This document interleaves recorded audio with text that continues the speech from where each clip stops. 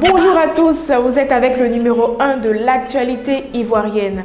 Au sommaire de cette première édition de Focus, société, consommateurs et un peu de culture. Le dimanche 12 mai à 18h30, comme tous les jours en cette période de Ramadan, c'était la rupture du carême chez M. Aboubakar Djembélé.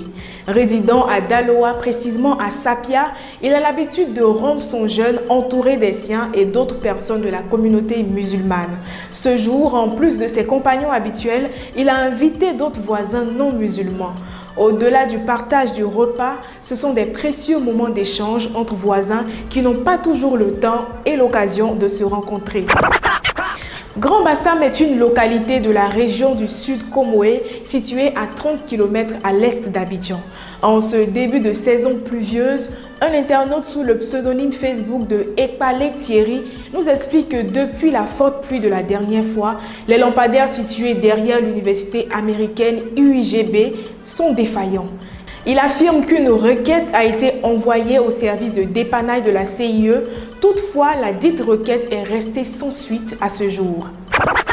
Dans la nuit du samedi 11 mai au dimanche 12 mai 2019, se sont tenues les festivités de Pakinou Village 2019 dans le village de Nanan à la sortie sud de la ville de Yamoussoukro. C'est un concept créé il y a quelques années qui consiste à organiser des festivités après la célébration de la fête de Pâques.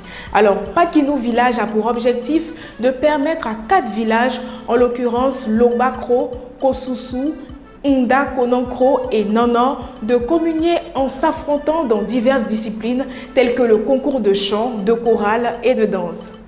Ainsi s'achève cette première édition. Merci de l'avoir suivi. Restez avec le numéro 1 de l'actualité ivoirienne en vous abonnant à nos différentes pages qui s'affichent toujours au bas de l'écran et surtout, restez focus.